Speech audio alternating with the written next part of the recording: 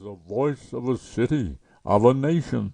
It was the voice of a people crying out the strife and the agony of the year, pealing forth a prayer for the future. Glenn had put his lips to her ear.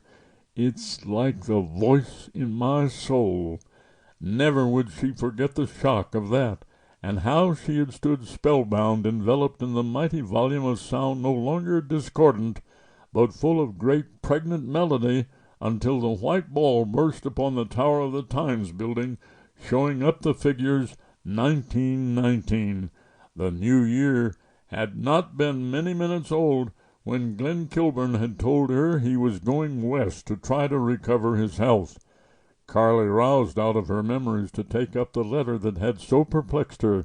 It bore the postmark Flagstaff, Arizona. She reread it with slow, pondering thoughtfulness. West Fork, March 25. Dear Carley, it does seem my neglect in writing you is unpardonable. I used to be a pretty fair correspondent, but in that, as in other things, I have changed. One reason I have not answered sooner is because your letter was so sweet and loving that it made me feel an ungrateful and unappreciative wretch. Another is that this life I now lead does not induce writing. I am outdoors all day, and when I get back to this cabin at night, I'm too tired for anything but bed. Your imperious questions I must answer, and that must, of course, is the third reason why I have delayed my reply. First you ask, don't you love me any more as you used to? Frankly, I do not. I am sure my old love for you before I went to France was selfish, thoughtless, sentimental, and boyish. I am a man now, and my love for you is different. Let me assure you that it has been about all left to me of what is noble and beautiful. Whatever the changes in me for the worse, my love for you at least has grown better, finer, purer. And now for your second question. Are you coming home as soon as you are well again? Carley, I am well. I have delayed telling you this because I knew you would expect me to rush back east with the telling. But the fact is, Carley, I am not coming just yet. I wish it were possible for me to make you understand. For a long time I seem to have been frozen within. You know, when I came back from France I couldn't talk. It's almost as bad as that now. Yet all that I was then seems to have changed again.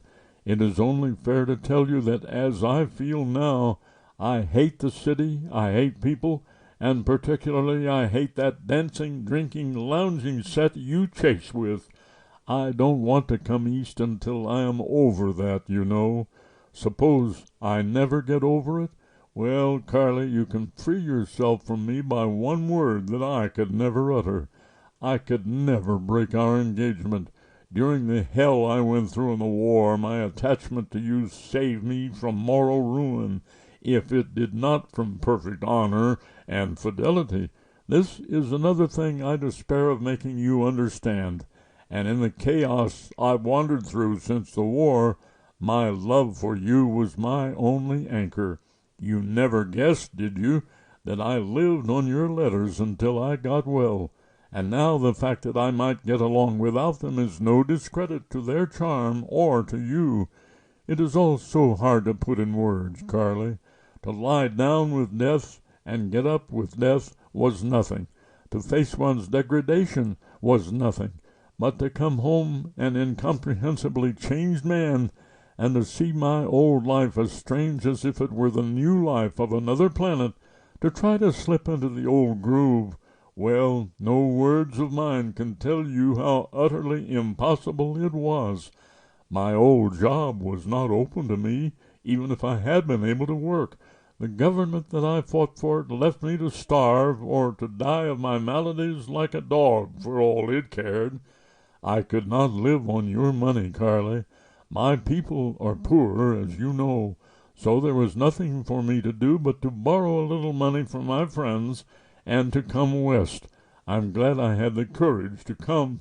What this west is, I'll never try to tell you, because, loving the luxury and excitement and glitter of the city as you do,